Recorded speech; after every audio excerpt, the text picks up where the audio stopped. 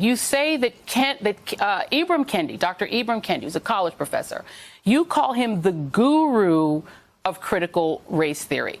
So we reached out to him. I've interviewed him before. So we reached out to him because you say he's the guru of critical race theory. You name him a lot in a lot of your, both in your manifesto or your talking points memo, but also in your video.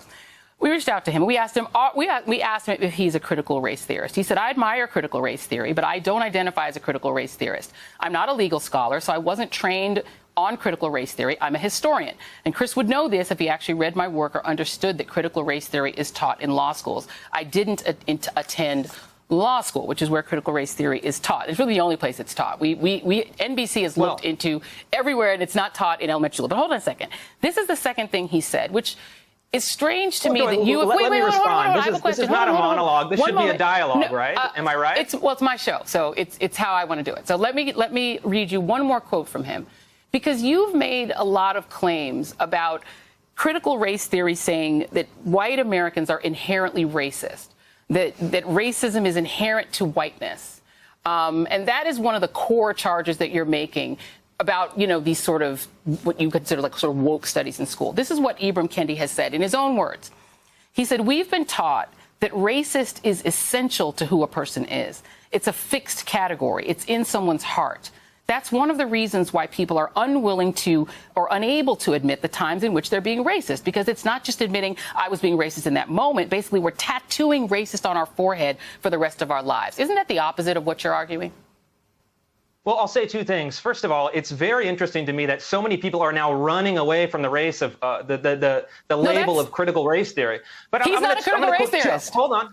I'm going to quote two critical race theorists. Barbara Applebaum with the book Being Good, Being White. She says, quote, all white people are racist.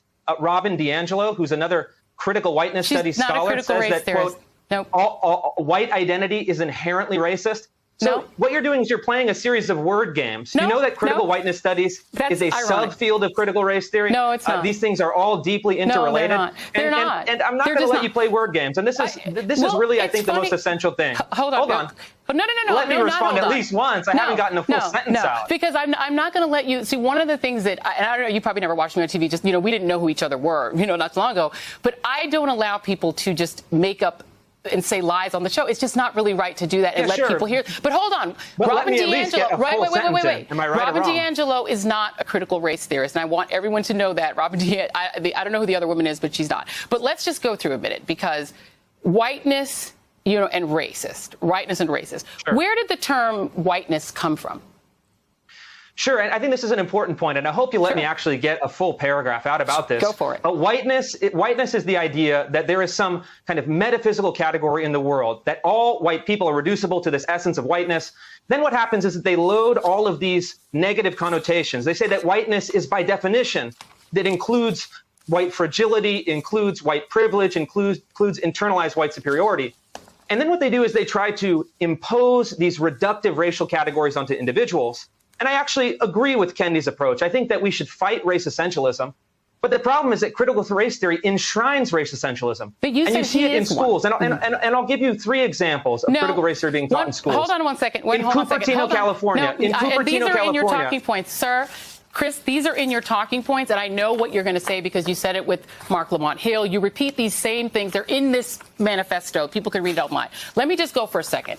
On the subject of whiteness, are you aware, since you say that I guess you're sort of a quasi-historian in your thinking, that whiteness was actually formed in the United States? That whiteness didn't even exist as a thing. Europeans were all European. They considered themselves Italian or Polish or whatever. When the colonists came here, they actually created the idea of whiteness. This is from the Smithsonian. I agree with that. As a way to distinguish themselves from what they call the savages, the natives, and from black people, from Africans, who even if you had a little African in you, you know, if you're Plessy, who's 7/8 white, if you are African in any aspect, that you are reduced of rights. So people that you don't like, that are doing this sort of wokeness training, are saying whiteness has always had power. There used to be a saying, I'm free, white, and 18. It was commonly said in the 50s and 60s, 40s, 50s, and 60s. So whiteness has power. So people who want to decouple whiteness from power, that's what you're annoyed by, right? Let me play a little bit of what you said.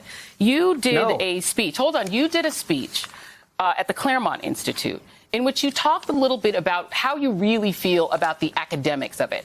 Here it is. This is cut, I think this is it 3? Yeah, go for it. Play it. I'm a white guy fighting critical race theory. Do you identify as white? I mean, I'm an Italian American, so you tell me. Lumping people into white, black, Asian, as you suggested, is such a crude and broad categorization. There's these like very kind of pathetic and very, angry graduate students that try to fight me on these highly technical, Hegel interpretations. And it's like, I don't have time for this. I don't give a about this stuff. So you don't give an S about this stuff. You're really just having a campaign to take everything that annoys white Americans and white conservatives. No, that's not right. You want to make a campaign and stuff everything in there. You played my highlight reel. You played my highlight reel. Give me a chance to respond. And you want to stuff it all into critical race theory, right? What I don't think is right is that forcing 8-year-olds in Cupertino, California to deconstruct their racial identities and then rank themselves according to power and privilege. It's intersectionality theory, which was invented by Kimberly Crenshaw. It's a separate thing. Which is part of critical race theory. No, it's not, dear. You had her on your show. You know this. Yeah, she invented both things. Line, Joy. She invented what you've both done things. in tonight's segment is exactly what I'm fighting against. I'm fighting against the manipulation of language. I'm fighting against language You're fighting against wokeness, and you don't like corporate wokeness, etc. I get it. Euphemistic terms with subversive content. Because otherwise, you just say whatever you want, and then you back away from it, and you dance around it. It's not going to happen. Parents all over this country, they know what's happening in schools. They know what's happening in their public institutions. And you're seeing people revolt against this divisive identity politics. And you can dance all you want, but you're not going to stop people from understanding what's happening in their classrooms. I actually appreciate that you said that, because, Christopher, what you basically, and you admit it yourself, that you've taken all of these sort of wokeness moments, corporate wokeness, corporate sort of woke money, woke capital, the things that annoy conservatives, and you've stuffed it all into the name critical race theory. It's really like, it's like Christopher Rufo theory. You stuffed it all in. Here's what you said. You tweeted this. The activists, hold on one second. I'm going to read you to you, and then you can respond to it. I'm going to read you to you, and then you respond to it.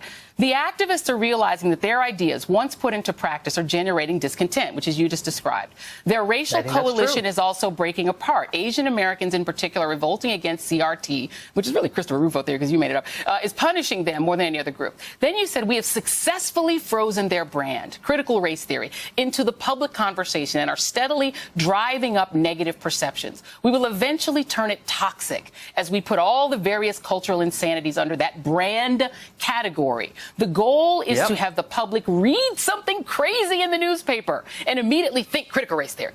We have decodified the term and will recodify it to annex the entire range of cultural constructions that are unpopular with Americans. Aren't you just taking wokeness stuff that annoys you and calling it critical race theory? No, not at all. The idea of the codification and decodification of language comes from the critical pedagogist Paulo Freire.